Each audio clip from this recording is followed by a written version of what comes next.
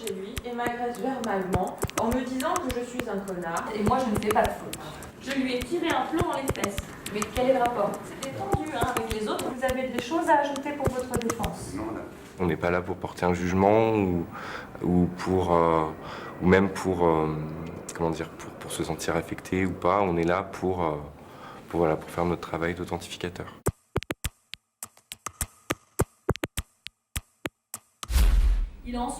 Il arrive que la vie déraille et que la justice soit amenée à intervenir. Le greffier s'insinue alors dans le quotidien des familles, là où se niche parfois la violence et la délinquance. Vous aviez été condamné à 200 € d'amende et à une suspension du permis de conduire pendant 4 mois.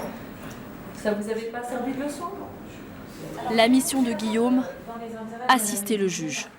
La procédure pénale est orale, donc nous, on fixe le déroulé des débats.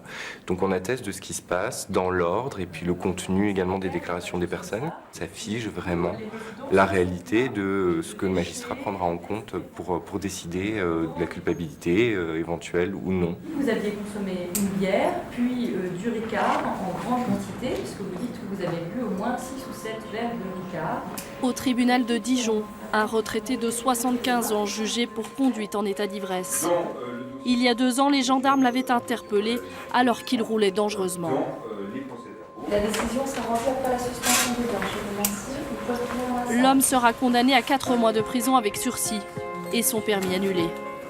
Ce jour-là, 19 affaires sont examinées par le tribunal correctionnel. Et pour Guillaume, le travail commence bien avant l'audience, dans son bureau.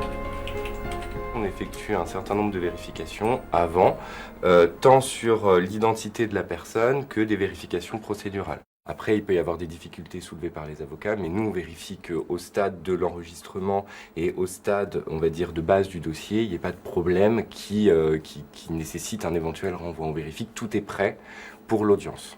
Si on prend ce dossier-là, on voit qu'il lui est reproché sur la convocation qu'il a signée d'avoir conduit un véhicule sous l'empire d'un état alcoolique. Donc on vérifie.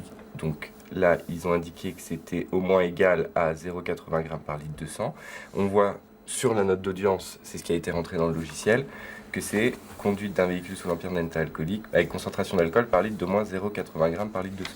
Donc c'est bon, ça a été bien rentré. L'objectif, c'est qu'il n'y ait pas d'erreur pour que la procédure soit saine, pour qu'elle soit carrée, pour qu'elle ne puisse pas être attaquée également, mais aussi pour éviter de rallonger le délai, pour éviter qu'il y ait une nouvelle date qui soit donnée à la personne, pour qu'il y ait une réponse pénale la plus rapide possible des faits. Toujours dans l'ombre du juge et dans la plus grande discrétion. Dans un autre bureau du tribunal, un détenu a rendez-vous avec le juge des libertés. Est-ce que vous faites des activités actuellement en détention? La seule activité qu'on me laisse faire pour le moment, c'est le sport. L'homme est entendu depuis Varennes-le-Grand, où il est emprisonné pour trafic de drogue. Vous êtes détenu à titre provisoire, vous ne purgez aucune peine, là. Vous êtes dans le cadre d'une instruction, monsieur. Et aujourd'hui, son avocat demande sa remise en liberté. Donc moi, je vous demande de contrôler la validité de sa mise en examen, et donc du coup, qu'il n'est pas valablement mis en examen, et la conséquence, c'est qu'il soit remis en liberté. Donc tout le monde est en capacité... Juge, procureur, avocat, chacun prend la parole à tour de rôle. Sur son ordinateur, Karine saisit tout ce qui se passe. Je prendrai ma décision dans l'après-midi, monsieur. Dans l'après-midi? Non, cet après-midi. Je la rendrai aujourd'hui. Mais d'abord, Karine va mettre noir sur blanc tous les échanges dans un procès-verbal.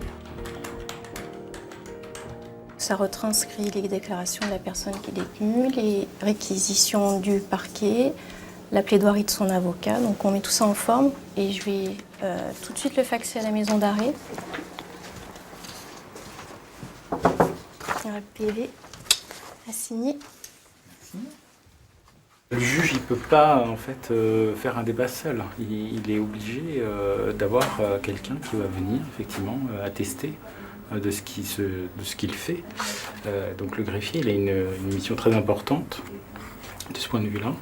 Et c'est une mission qui est d'autant plus importante que certaines choses peuvent être contestées. C'est-à-dire que ce qui est retranscrit, ce n'est pas le juge qui décide lui-même et tout seul de ce qui va être noté, mais bel et bien le greffier de ce qu'il a entendu et uniquement de ce qu'il a entendu. Le greffier, un rouage essentiel de la justice, un métier qui s'apprend à Dijon depuis 40 ans.